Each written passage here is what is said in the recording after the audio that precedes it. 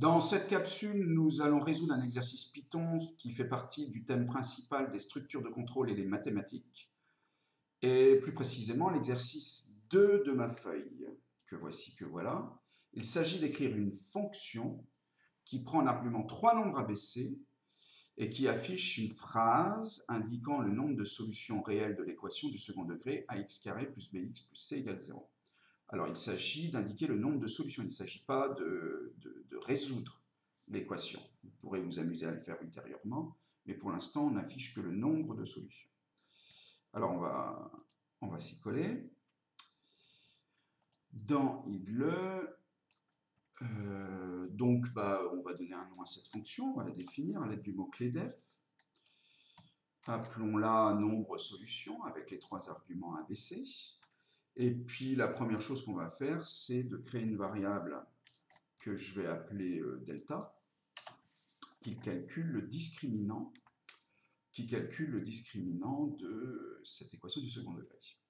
Alors, je vais quand même effectuer un premier test sur A, parce que si jamais A est nul, il s'agit d'une équation du premier degré.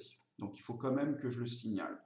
On ne sait jamais, l'utilisateur peut être tenté de mettre A comme argument.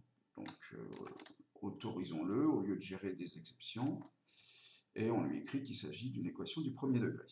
Bon, une fois qu'on a fait ça, on va faire un premier elif, parce que là, pour le coup, on va en avoir besoin de deux, en l'ayant démarré par un test sur A égale 0. Alors, si jamais A n'est pas égal à 0, c'est qu'on est bien dans le cadre d'une équation, d'une vraie équation du second degré. Et d'abord, je vais tester si delta est strictement positif. Si delta est strictement positif, eh bien, on est dans la situation où l'équation possède deux solutions. Donc, je vais l'écrire. L'équation possède deux solutions réelles. Si nous travaillons de façon qu'on travaille dans R ou dans C, il y aura deux solutions réelles. Ensuite, un second elif. Là, je vais gérer la situation où delta est nul, on va dire. On pourrait passer à delta négatif, hein, ça ne pose pas de problème. Lorsque delta est nul, il possède une seule solution réelle. Voilà. Et puis, il ne reste plus qu'une seule situation à gérer, donc c'est le reste, else. J'écris que l'équation ne possède aucune solution réelle.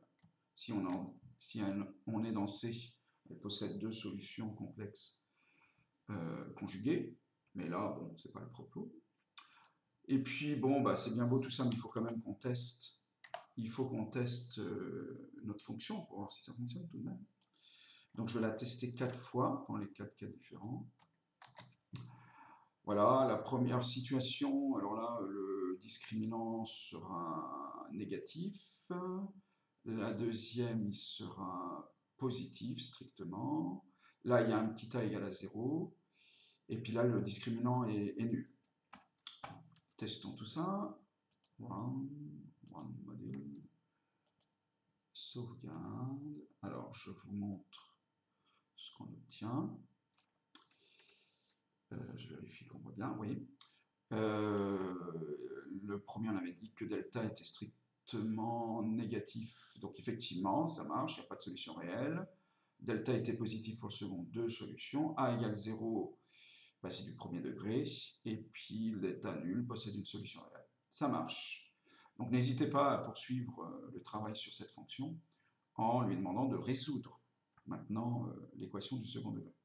Merci d'avoir suivi cette capsule. Nous nous quittons momentanément, j'espère. À très bientôt pour une autre capsule.